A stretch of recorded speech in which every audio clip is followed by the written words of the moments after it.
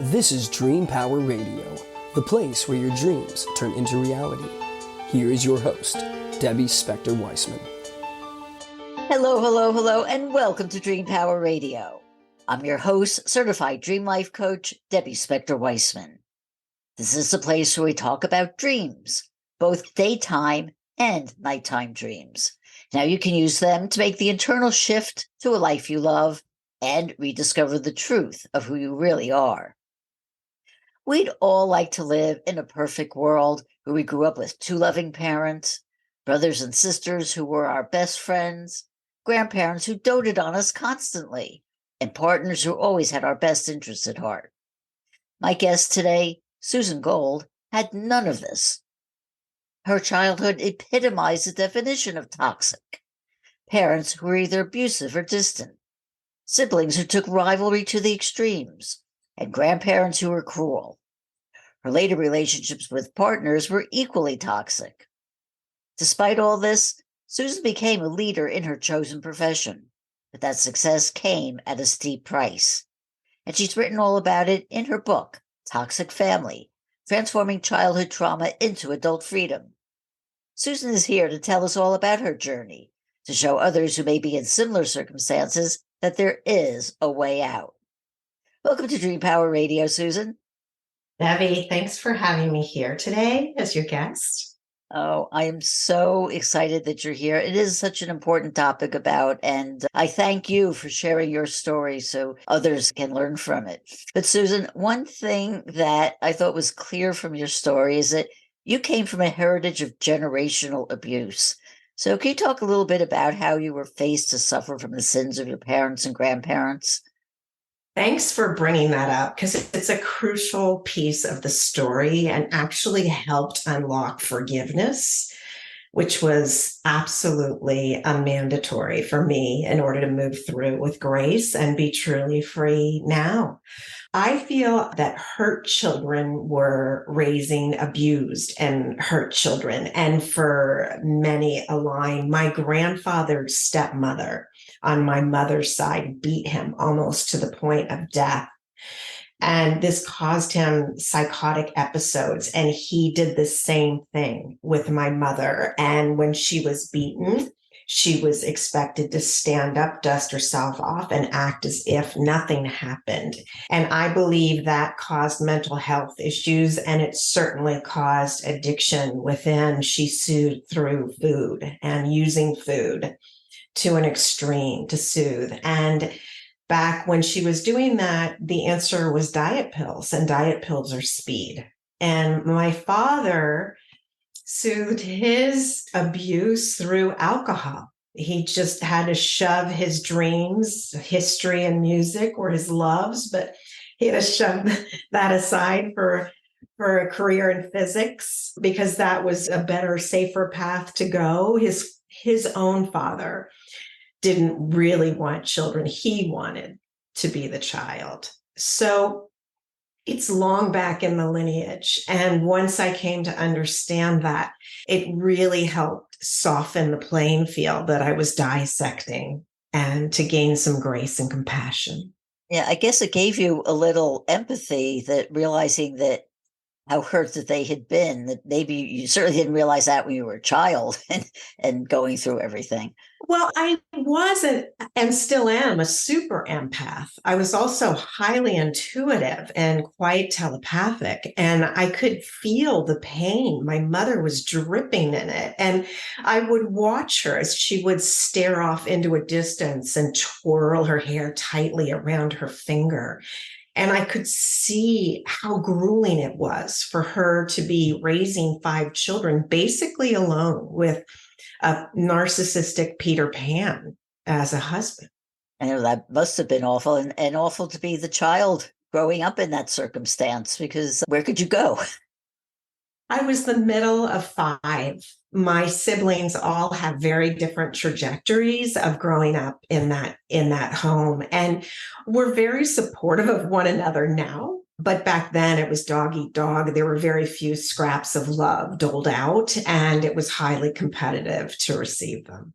Yeah, I mean, it was all about survival back then, for sure. I tell you, I'm reading your story about your childhood. One of the things that actually broke my heart reading it was the time your grandfather burned your security blanket. Tell me about how that affected you. Well, first, Debbie, thank you for reading the book. That really touches and moves me. I'm always surprised. And strangers have read the book. One new friend here in Montana actually knocked on my door at 10 in the morning because she had had an insightful revelation reading the book. But I remember that time, it was incredibly painful. I had one of those pink blankets. They were like rayon nylon with the satin, edging. And I had carried it probably since birth. And I was 5 years old and that thing was dirty and tattered, but it was my confidant. I spoke with that blanket. I was soothed by that blanket and I took it everywhere, including a trip to my grandparents. And my grandfather thought it was time for me to get rid of that blanket, unbeknownst to me, and included my mother in his decision-making process.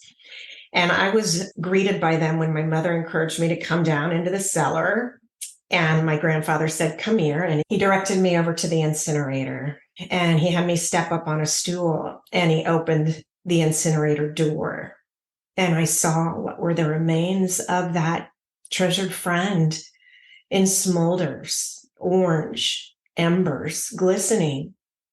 And I remember to this day swallowing that huge lump and praying that the water from the tears wouldn't fall down my face. And my grandfather said to me, "You don't need that dirty blanket anymore." And I was more aghast that my mother would permit this. And I got down off the stool and I looked at them both. And I remember thinking, "You're not going to break me." And I turned around on my heel and I slowly went up the stairs and I hid in a closet where I could cry, because even then I knew it wasn't safe to let my emotions go.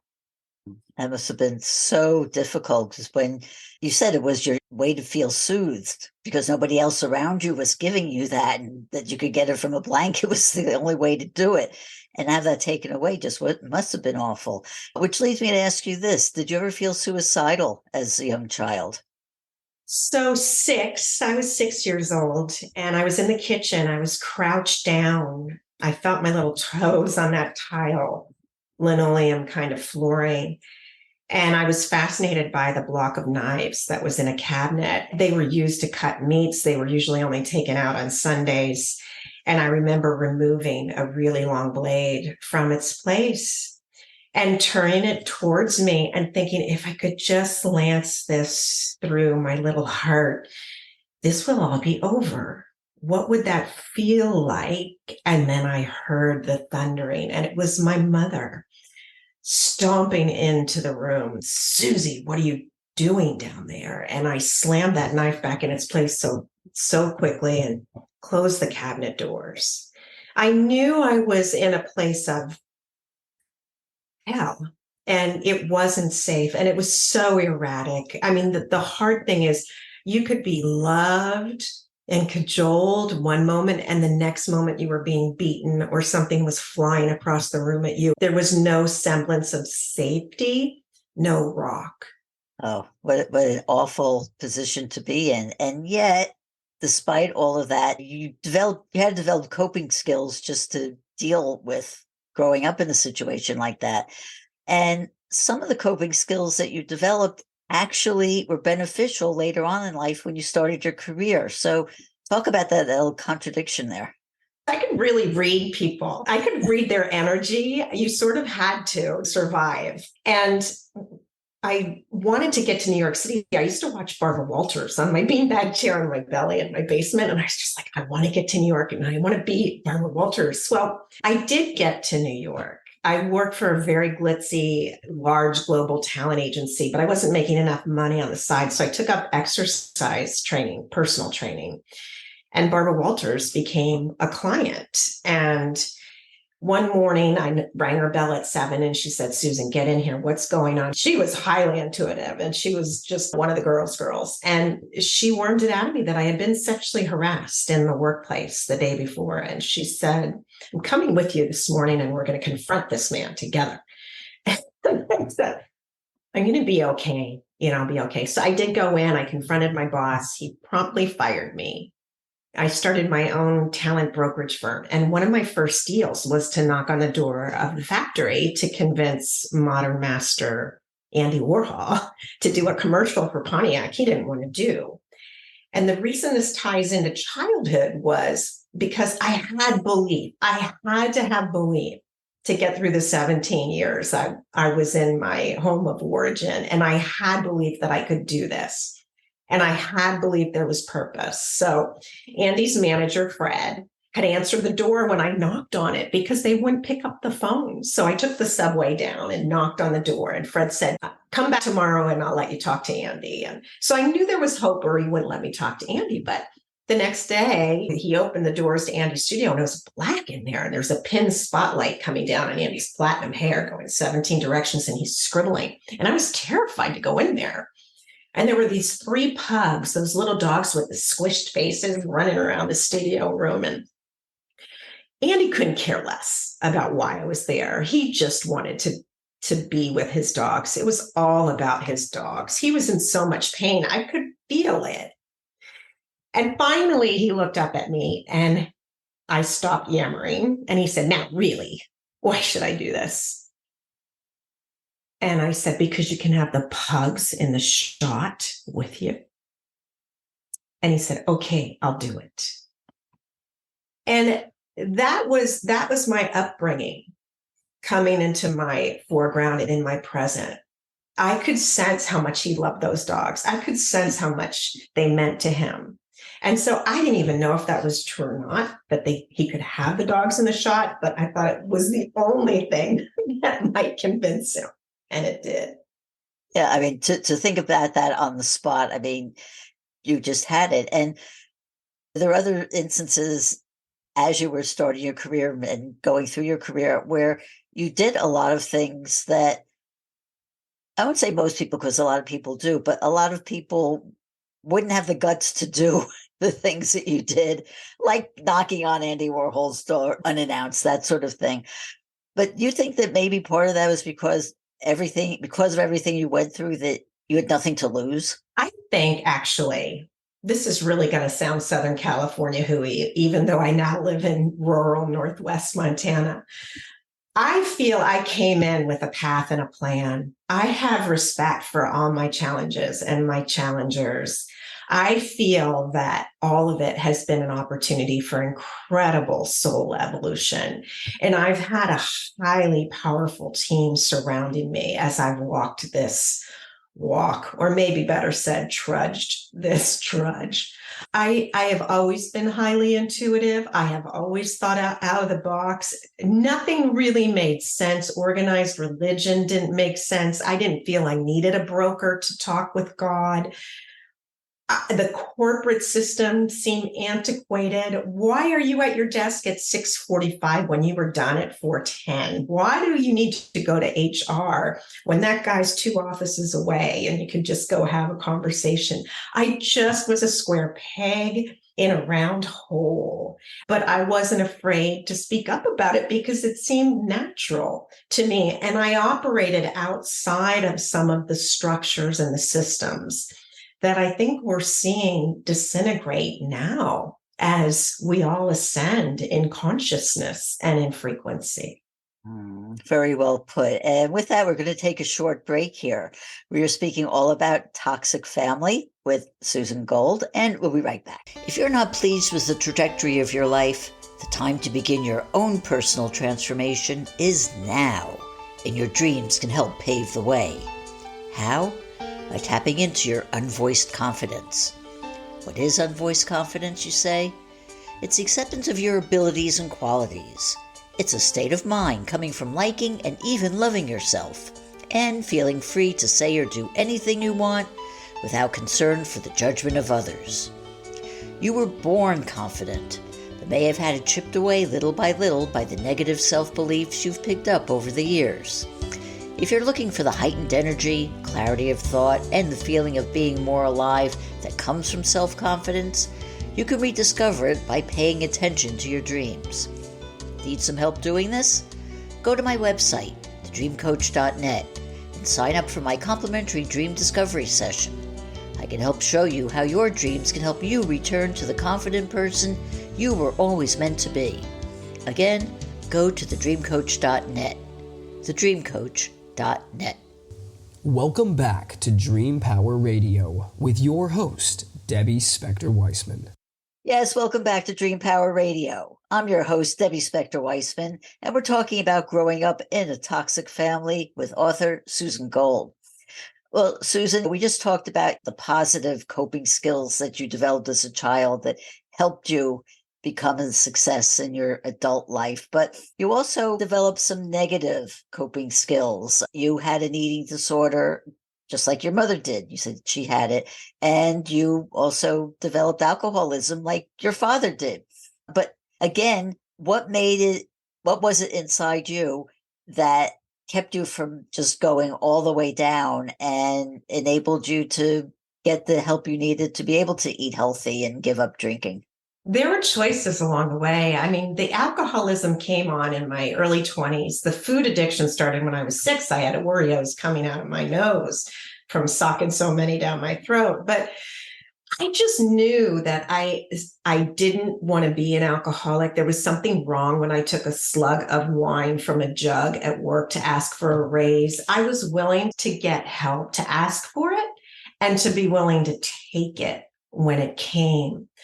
And the eating, I was vain. I didn't want to blow up. So I had to stop it some way. And just because I had experience from recovering from alcoholism, I could apply that to the food as well. I also had clinical depression. I was involved in a business deal that I was playing the same role that I had between my parents. I was the mediator, the broker. And I was doing the same thing in a work project, and I just lost it. The PTSD just came up like a tsunami, and I split out of my body, and I was suicidally depressed yet once again. But luckily, I was offered help by friends. I went to a treatment center. I learned about clinical depression. I was treated for it, and I worked with it off and on for 10 years until I knew the signs. And I could get off the meds. I haven't been on medication in decades. I still get depressed, but I don't go to those suicidal points because I see the red flags. And then I think ultimately it was narcissistic abuse, understanding it, what the flags are, what the treatment is, and how to work with it. That was the real sort of, what do I want to say, coming together of all of the aspects. Yes. And one other area where you started off on the wrong track as you were growing up was in the area of relationships. You actually ended up marrying a man who was just like your abusive father. How long did it take you to realize that? So I was invited to LA for what I thought was a career move, and it was. But it was really to meet one of my greatest gurus, and that was the man who would become my ex-husband. He had all the bells and whistles. I thought I finally met my Prince Charming, and what I found was I was getting more and more drained within the relationship. I was becoming more isolated. Supplies were dwindling. Abundance was in short supply. I was carrying most of the weight. I had bought a home for our family. And finally, I saw his mask fall. He seemed like a persona right out of the movies. And what I realized ultimately was he also was horrifically abused and never had the opportunity to look at it. Instead, he created a false persona, and he's the one I perceive to be a narcissist. So I tried to make him accountable through a post-nuptial agreement. We got to the last point. I thought our marriage is going to be saved, even though I knew it was well beyond the expiration date. And he folded his arms. His eyes went in those lizard-like cold slits. And he said, "I'm hiring an attorney and I'm filing for divorce." And that's when I heard that voice of intuition as crystal clear as I've almost ever heard it, which whispered, "This is the universe doing for you what you could not do for yourself."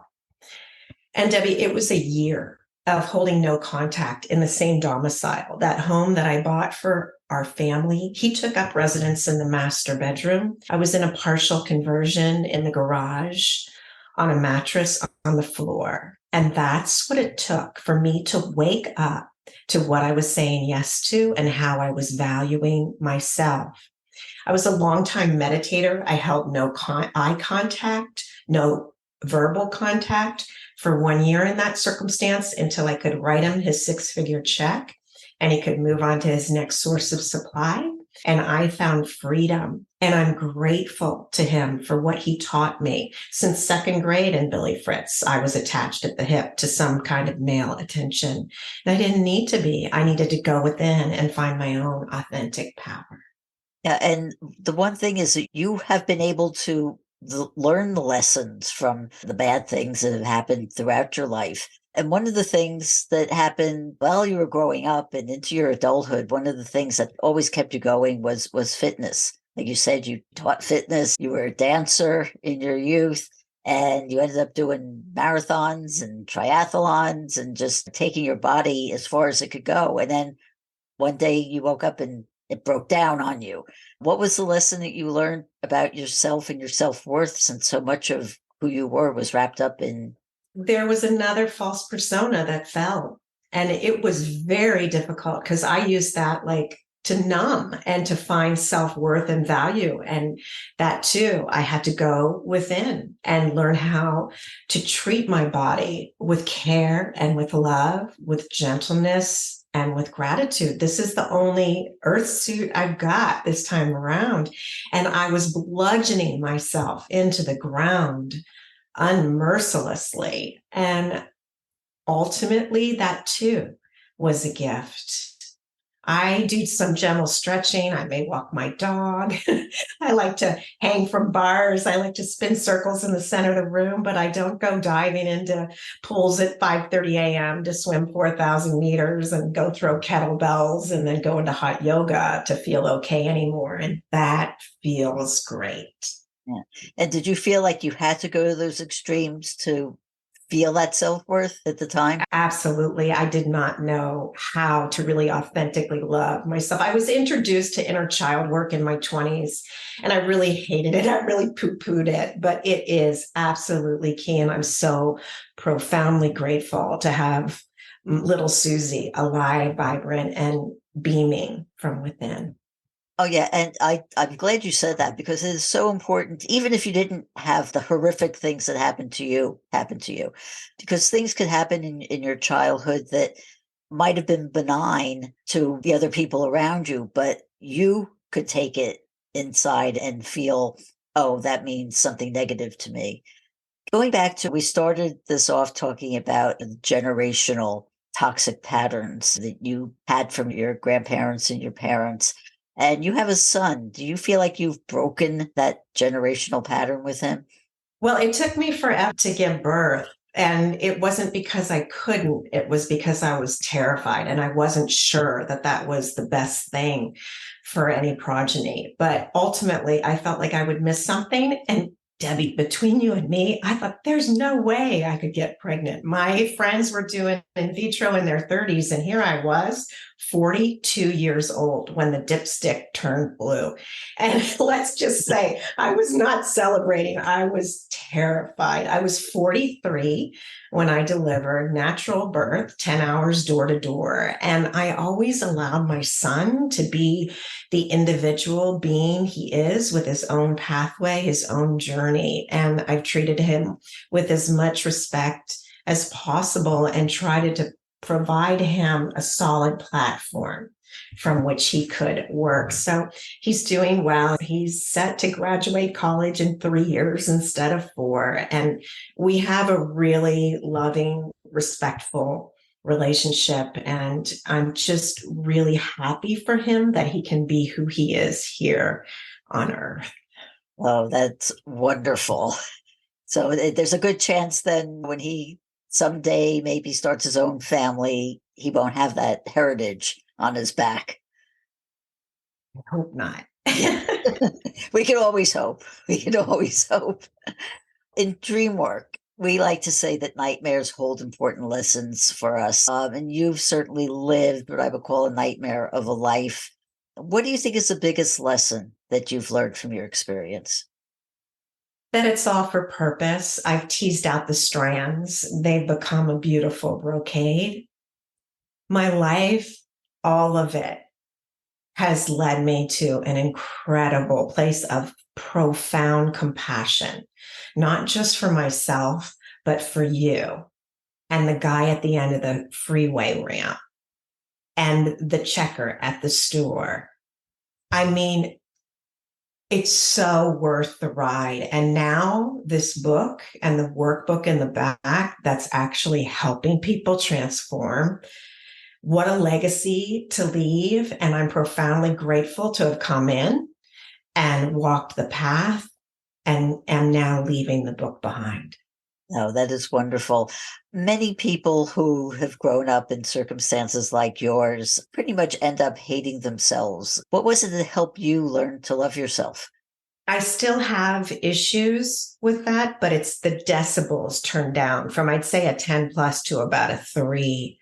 I think it's part of the human condition. I'm hoping that as we raise in vibration, that will soften as well. But there is hope. And Liza Minnelli used to say, there's always somebody worse. There's a worst case you can find. If you need, take mine. Okay, that is good. If there would be one thing that you could say to someone enduring their own toxic relationship, what would it be? I would say breathe. I would say put your hand on your solar plexus, which is at the top of your rib cage, just below your heart. Breathe and say, I'm okay. It's okay. It's really okay. You're not alone. And has that been a daily practice for you? And if so, do you have any other daily practices that you do to keep remembering who you are? I've picked up so many from wise mentors and teachers and coaches, and they're mostly in the workbook. But yeah, that is a practice that I do often. I also breathe in faith and I blow out fear when I'm really anxious. It really helps almost instantly. It's amazing.